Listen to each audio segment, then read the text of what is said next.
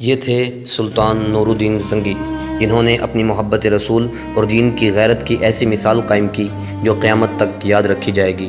یہ ہیں سلطان نور الدین محمود زنگی رحمہ اللہ تعالی۔ نور الدین زنگی صلیبی جنگوں کے دور کے ایک مشہور حکمران تھے۔ ان کا شمار بڑے عادل، نیک اور عاشق رسول حکمرانوں میں ہوتا ہے۔ ان کی حکومت شام اور ارد گرد کے علاقوں میں تھی۔ وہ نہایت سادہ زندگی گزارتے تھے اور ہمیشہ دین کی خدمت کو اپنی سب سے بڑی کامیابی سمجھتے تھے۔ ایک رات سلطان نے خواب میں دیکھا کہ نبی کریم صلی اللہ علیہ وآلہ وسلم دو آدمیوں کی طرف اشارہ کر کے فرما رہے ہیں کہ اے نور الدین، مجھے ان دونوں سے بچاؤ۔ یہ خواب انہوں نے پہلی رات دیکھا، دوسری رات بھی یہی خواب آیا اور پھر تیسری رات بھی بالکل یہی خواب نظر آیا۔ سلطان خواب دیکھ کر بے حد گھبرا گئے۔ وہ سمجھے یہ کوئی معمولی بات نہیں بلکہ اللہ کی طرف سے نبی صلی اللہ علیہ وآلہ وسلم کے ساتھ خاص تعلق اور ایک بڑی آزمائش ہے۔ چنانچہ سلطان فوراً مدینہ منورہ کی طرف روانہ ہوئے۔ ساتھ میں بہت قیمتی ہدیے اور تحفے بھی لے لیے تاکہ مدینے کے لوگوں کو تقسیم کیے جائیں اور اس بہانے ہر شخص کو قریب سے دیکھا جا سکے۔ مدینہ پہنچ کر انہوں نے اعلان کیا کہ سب لوگ آ کر سلطان کے دیے گئے تحائف وصول کریں۔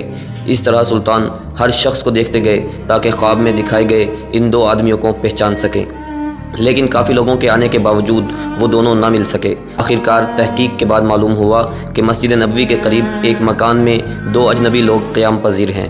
بظاہر وہ نیک اور زاہد دکھائی دیتے تھے، سارا وقت عبادت میں مصروف رہتے، لیکن دراصل وہ مسلمان نہیں بلکہ عیسائی جاسوس تھے۔ جب ان کے کمرے کی تلاشی لی گئی تو زمین کھودنے کے آثار ملے۔ مزید کھدائی کرنے پر پتہ چلا کہ وہ نبی صلی اللہ علیہ وآلہ وسلم کے روضہ مبارک تک سرنگ بنا رہے تھے۔ ان کا منصوبہ یہ تھا کہ نعوذ باللہ نبی اکرم صلی اللہ علیہ وآلہ وسلم کے جسد اطہر کو نکال کر لے جائیں اور اسلام کو نقصان پہنچائیں۔ یہ منظر دیکھ کر سلطان نور الدین زنگی پر رقت طاری ہو گئی۔ وہ زمین پر گر کر رونے لگے اور اللہ کا شکر ادا کیا کہ انہیں نبی کریم صلی اللہ علیہ وآلہ وسلم کی حفاظت کا یہ شرف عطا کیا گیا۔ ان دونوں کو سخت سزا دی گئی تاکہ آئندہ کوئی ایسی جرت نہ کر سکے۔ اس کے بعد سلطان نے حکم دیا کہ روضہ رسول کے گرد گہری خندق کھودی جائے اور اس میں سیسا یعنی پگھلا ہوا لوہا بھر دیا جائے تاکہ کوئی سرنگ بنا کر قبر نبوی صلی اللہ علیہ وآلہ وسلم تک نہ پہنچ سکے۔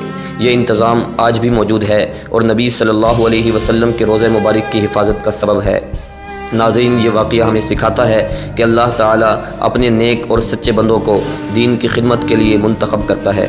سلطان نور الدین زنگی رحمہ اللہ کی سب سے بڑی پہچان یہ تھی کہ وہ ایک عاشق رسول تھے، عادل حکمران اور متقی انسان تھے۔